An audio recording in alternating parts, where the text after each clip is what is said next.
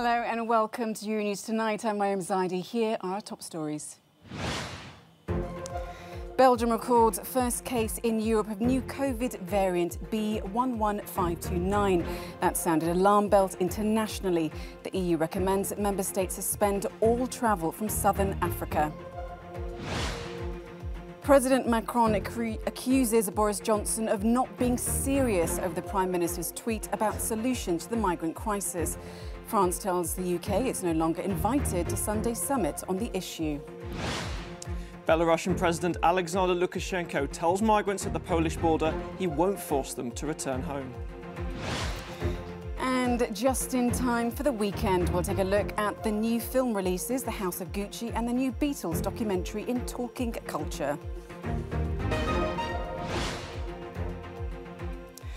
Belgian health officials have confirmed the first case of the B11529 COVID-19 variant in Europe. The sample was taken from a traveller returning from Egypt on November 11th, who later then tested positive. The variant was first detected in South Africa and has now been recorded in countries including Hong Kong, Botswana and Israel. Early analysis by the World Health Organization shows the strain has multiple mutations that could render current vaccines obsolete. The WHO has recommended against implementing travel restrictions, but the EU is advising member states to put an emergency brake on journeys from affected regions. It is now important that all of us in Europe act very swiftly, decisively and united.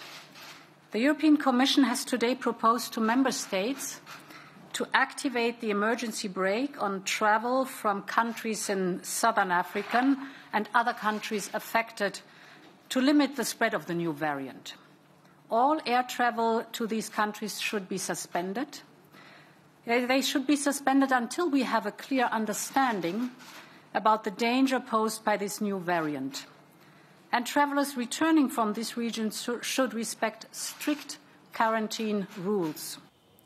Let's now go over to Maeve McCann, who's with us in Brussels. Maeve, good to have you in the programme. So Belgium is adding further restrictions to keep the new variant under control. What more are they doing?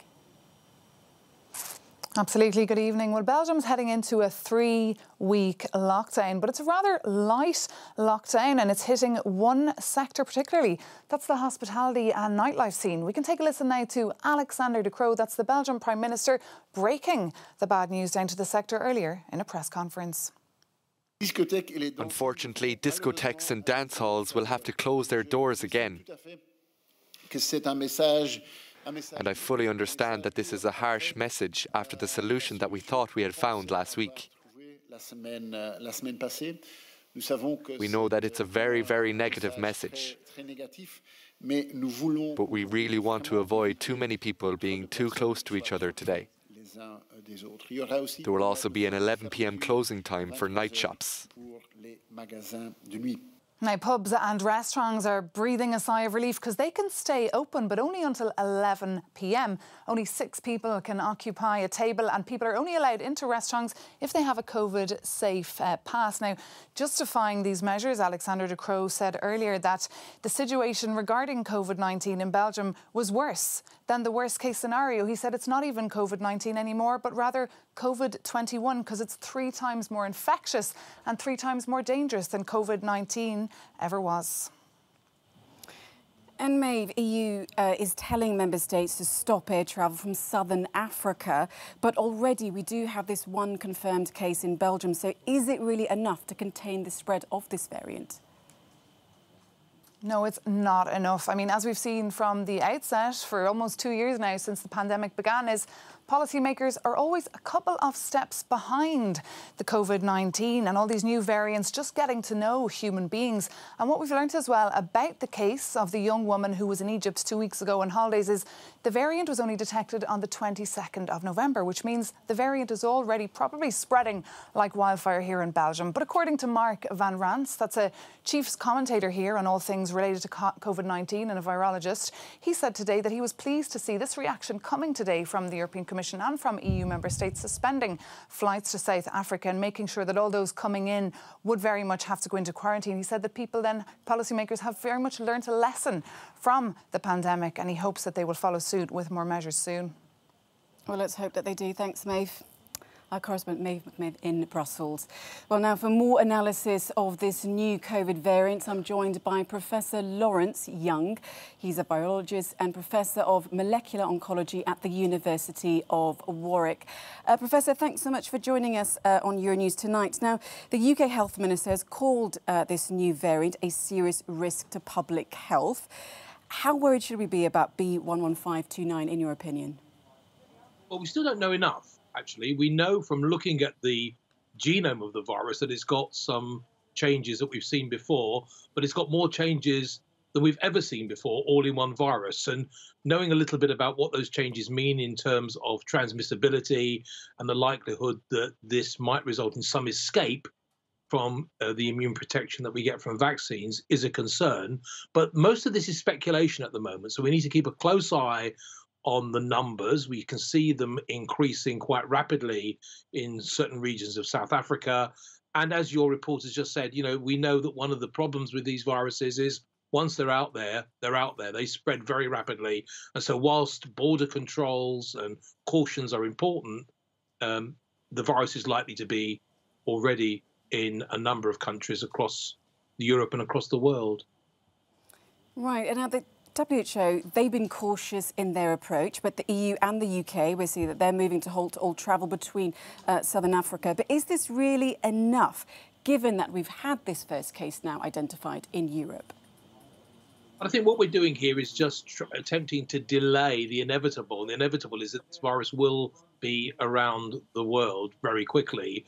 What we don't know is how fast it will spread once it gets into other countries and what it means for illness, how sick people would get from this infection, and what it means for the protection afforded by current vaccines.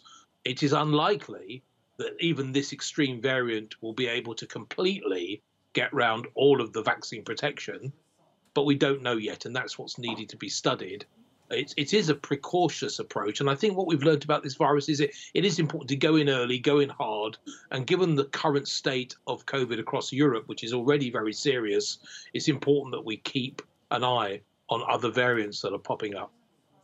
Right, so you talk about keeping an eye on this variant to go in hard, but Europe is already in the grip of a fourth COVID wave. We're seeing new restrictions being put in place across EU member states. But people, the public, they're really tired, not just of the virus itself, but of restrictions. So do you think the public actually won't take the threat of this new variant seriously? Well, that's the big concern, isn't it? And I think it's a concern across Europe because there are only two things that really contribute to the spread of these viruses. The degree that you have immune protection in the environment, either from infection, of natural infection, or from vaccines, and human behavior. And it's a balance between these two things. Vaccines are fantastic. They have weakened significantly the link between infection and illness, but we're seeing enormous pressure on the healthcare systems across Europe, particularly at a time of entering the winter when we know that COVID will be compounded by other respiratory infections. So a lot of this is about protecting ourselves and protecting our families and friends, but also protecting our healthcare systems. And it's a combination of getting as many people vaccinated and, where possible, boosted, because that will help even with this new variant, but also being a bit careful about how we're mixing, who we're mixing with, making sure we're not exposed to the virus in indoor poorly ventilated spaces, wearing face masks when we can. And the degree to which that's mandated by government versus that's done on a voluntary basis is a debate. It's a big question. It is a big question indeed. Well, Professor Lawrence Young, thank you so much for joining us on Euronews tonight. Thank you. Now, diplomatic relations between the UK and France have hit a new low as President Emmanuel Macron accuses Prime Minister Boris Johnson of not being serious about the solutions to the migrant crisis. Macron's comments follow Johnson releasing a letter on Thursday night on Twitter in which he set out his government's response to dealing with the number of people trying to cross the English Channel from Calais. Now, that's led to Paris telling London it's no longer invited to a summit involving the EU. Germany, Belgium, the Netherlands on Sunday in Calais. The crisis meeting was called following the deaths of 27 people who drowned on Wednesday night. I had a serious discussion with Prime Minister Johnson 2 days ago. For my part, I intend to continue to apply what I do with all countries and all leaders. I am surprised by the methods when they're not serious. You don't communicate from one leader to another on issues such as this via tweets and letters that are made public. We are not whistleblowers. Come on. Let's now go over to Victoria Smith, who's in London for us for more on this story. Victoria, good to have you on the programme. So a massive diplomatic fallout between Paris and London, and it couldn't have come at a worse time. The UK is already out of a crucial meeting on the migrant crisis. Absolutely, yes. It has come off the back of a terrible incident, of course, this drowning, 27 people, the worst drowning in the English Channel on record. And of course, Boris Johnson has set out his stall in a long letter detailing 5 different ways in which he believes France and the UK should work together, such as sharing radar, sharing intelligence, sharing joint patrols, even sharing an aircraft, and pushing France to perhaps act more quickly on returning migrants that reach the UK back to France. Now, this hasn't gone down well at all. Obviously, Emmanuel Macron doesn't like being told what to do by the British Prime Minister, nor does he like it being shared on social media. This letter's gone onto Twitter, and that perhaps wasn't seen as a diplomatic or a serious thing to do by President Macron, who's called it out. And as a result, the French have retaliated, and they have uninvited the Home Secretary here in the UK, Priti Patel, from this very important, this crucial summit in Europe on Sunday on the migrant crisis. Now, reports are saying that perhaps Boris Johnson has done this as a sort of show of strength to his own party, his own Conservatives. And that may be true, but it's certainly backfired in terms of a show of strength when it comes to France, who's now taken this retaliatory action against the UK. They have indeed, Victoria, and we've also, realised that Twitter diplomacy is possibly never a good thing. Now, tensions already heightened, of course, between France and UK over fishing rights. Let's not forget AUKUS, Brexit. Do we think that the two sides can get back on the same page? Well, they're going to have to if they want to stop another catastrophe like the one we saw on Wednesday from happening again. In the letter, in fact, Boris Johnson said he'd always predicted or feared a tragedy like this happening, and now, of course, it has. So both sides are aware of the seriousness of this.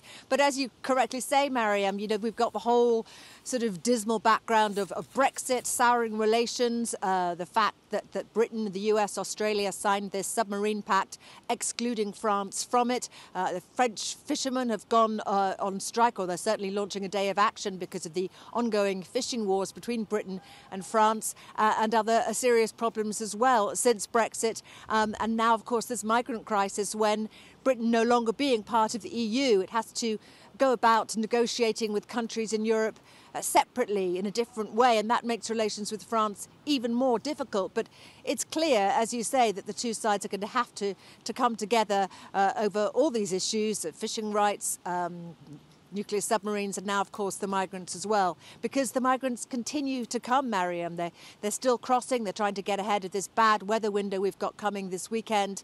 And record numbers of migrants crossing, some 26,000 this year alone. And they continue to come for as long as the people traffickers offer them room on a dangerous inflatable dinghy. So this is a diplomatic row that really does need to be diffused.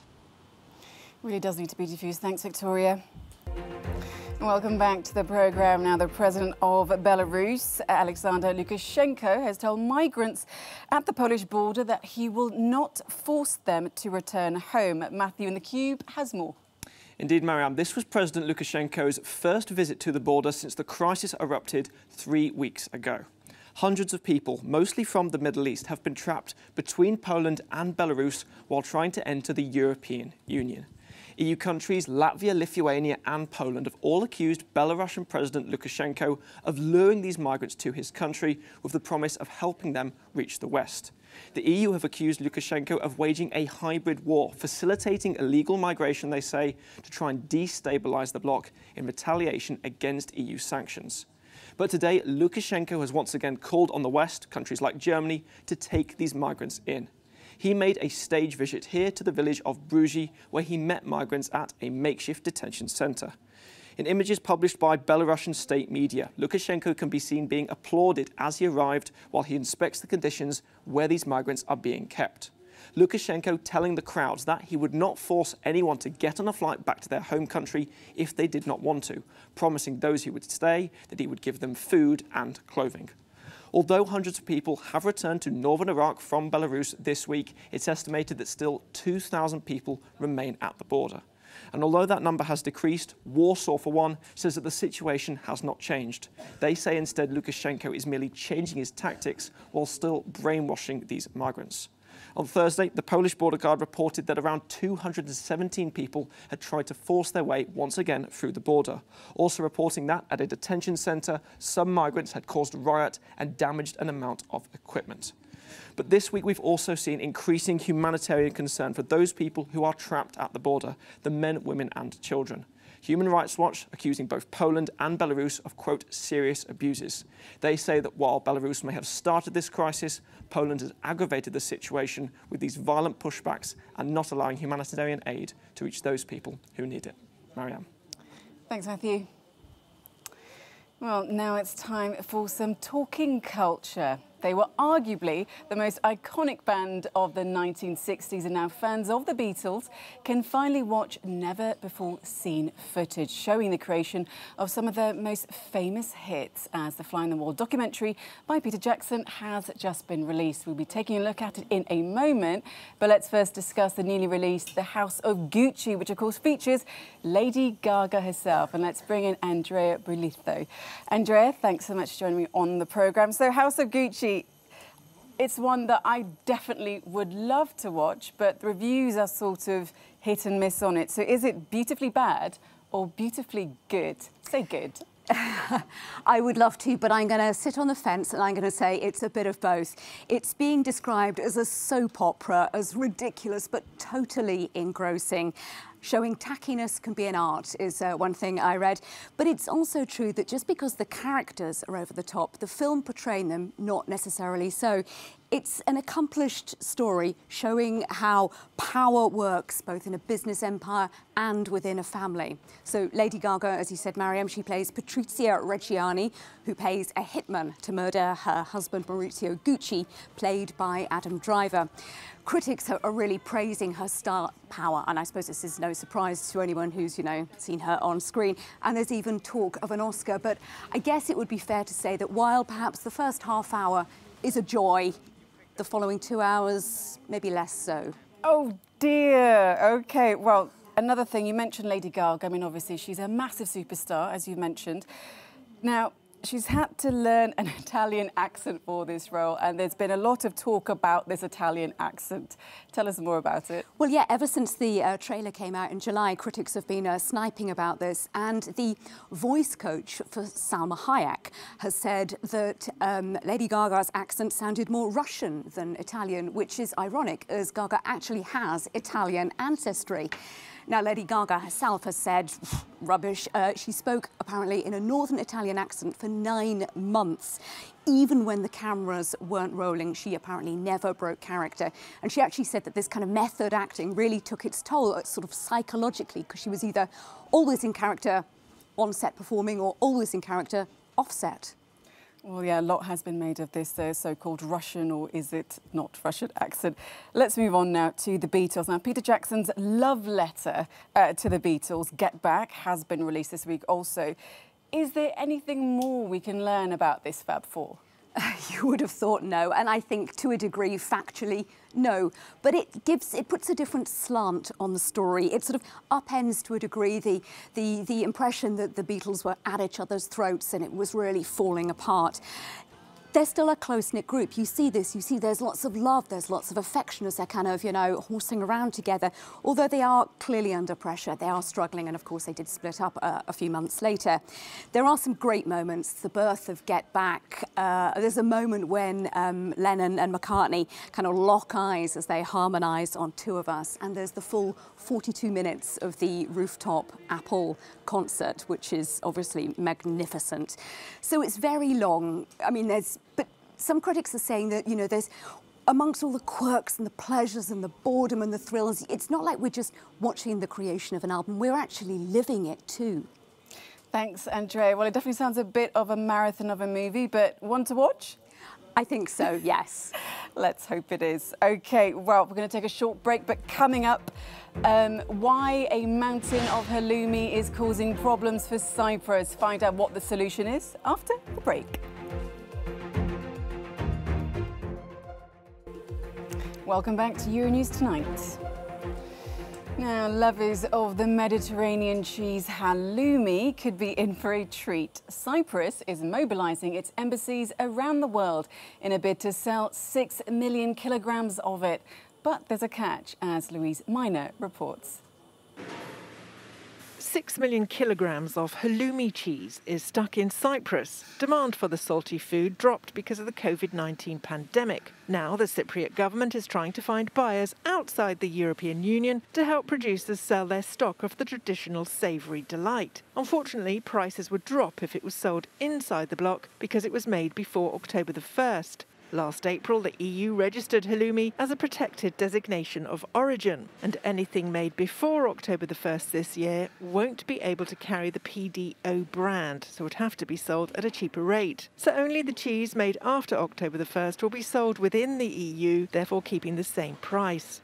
In 2020, the product brought in €260 million to the country's economy, exporting 40,000 tonnes. And we'll leave you with a no comment from Egypt, where the 3,000-year-old Road of the Rams in Luxor has been reopened after years of renovation work. Thanks for watching the programme.